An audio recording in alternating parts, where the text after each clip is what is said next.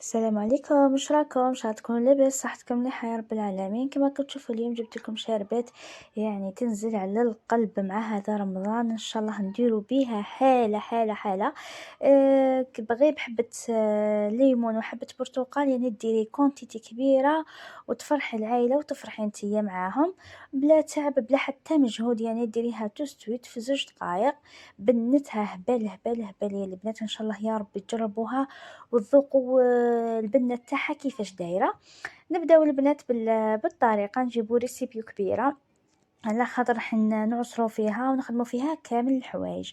نجيبو ريسيبيو كيما راكم تشوفوا، جبت انايا طبسي هذا كبير، ونبداو البنات نرابيو في هذيك حبة البرتقال.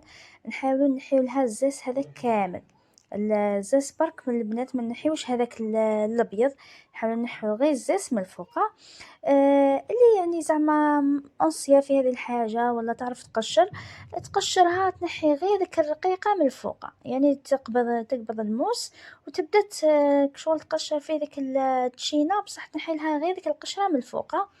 ثاني حاجة هايلة، وتدي كمية أكبر من الزاس. واللي ما تعرفش يعني تستعمل الرابي هكذا، وتبدا ترابي فيهم غير بالعقل، وتحاول ما تنحيش كامل كما راكم تشوفوا، ما نحيتش كامل هذاك الابيض ما تجينيش لوجي هذا تاعي ولا الشربات تاعي تجيني مره. فوالا نجيبو حبة الليمون هذو البنات بعد ما نكونوا غسلناهم، اكيد راح نغسلوهم ننقيوهم ننظفوهم نشفوهم، ونبداو نرابيو فيهم. البنات اللي ما تباش ترابيلها زعما هكذا تجيها القشرة تاعها رطبة، تولي تكونجليهم شوية وباه تقدر ترابيهم، تكونجليهم شوية هما يقساحوا، وهي تبدا ترابي فيهم يتراباو لها رابيدمو، يعني ما يدولهاش كامل الوقت وثم يترابيو.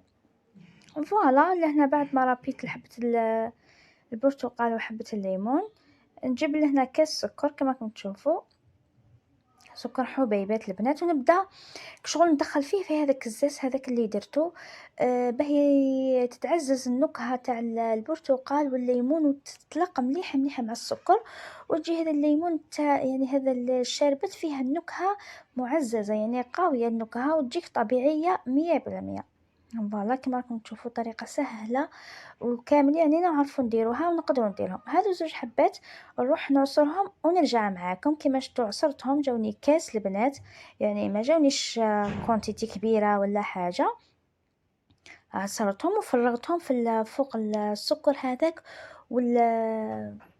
والزيت بعد ما خليتهم مدة 5 دقائق، وانا ندخل فيهم في السكر هذاك. فوالا جبت له هنا كيما قلت لكم العصير تاع البرتقاله والليمونه، وضعت فوقهم بات الياغورت هذاك، يعني اي نكهه حبيتوها، بصح ننصحكم البنات ديروا النكهه تاع الليمون ولا تاع الفاني يكون احسن، ولا الموز.